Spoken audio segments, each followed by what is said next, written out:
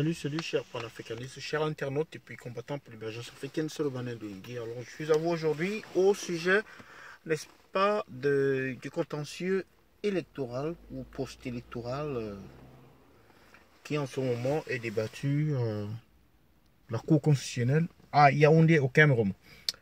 Bon mais voilà, je vais commencer par, n'est-ce pas, l'intervention de M. Grégoire Ouna, qui est, je pense, secrétaire général du RDPC, qui dit, je le cite, le RDPC a été insulté de fraude, ou alors d'être un parti de fraudeurs. Cela est une insulte à nos militants, à nos membres, et nous ne pouvons pas accepter cela. Voilà. Alors, de quoi est-il question?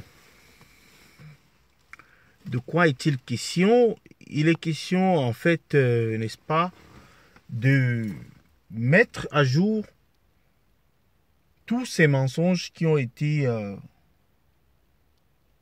toutes ces fraudes, en fait.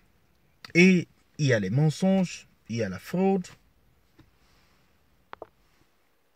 il y a un peu de tout. Est-ce qu'il y a eu fraude? Oui.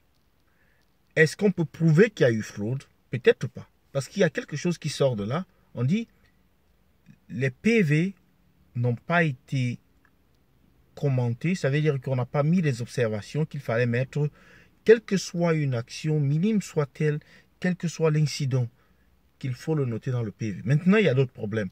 Il y a les présidents des bureaux de vote qui n'ont pas donné la possibilité à quelqu'un d'écrire quoi que ce soit.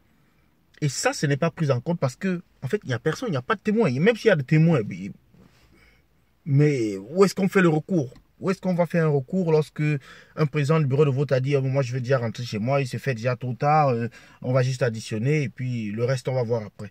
Mais tout le moins, on vous fait signer quand même. Donc, la consigne est donnée là de ne pas signer ces PV si vous n'avez pas fait vos observations. Maintenant, quand vous ne signez pas, on dit que vous étiez absent. On dit carrément que vous étiez absent. On dit qu'au moment du décompte, vous étiez absent. Donc, vous n'avez aucune, n'est-ce pas, aucune ligne de défense. Parce que vous prenez une à droite, on vous dit que vous n'avez fait aucune observation. L'autre, on vous dit que vous étiez absent. Donc, vous comprenez donc que c'est un système dans lequel on ne peut pas s'en sortir. Président du tribunal, grande instance, qui refuse de signer, n'est-ce pas, des autorisations pour que les huissiers puissent fonctionner le dimanche. Ça, on ne tient pas compte.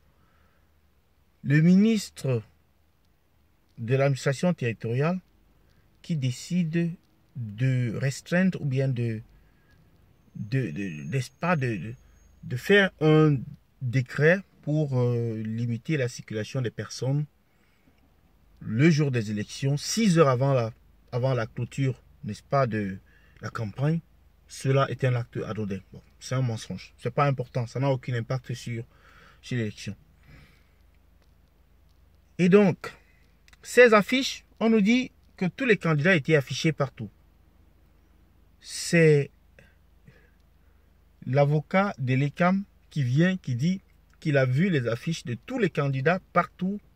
Et donc, l'affichage était équitable, d'après lui. Alors, même s'il y a beaucoup de gens qui disent que ce n'est que la photo de Paul Biya qu'on voyait partout.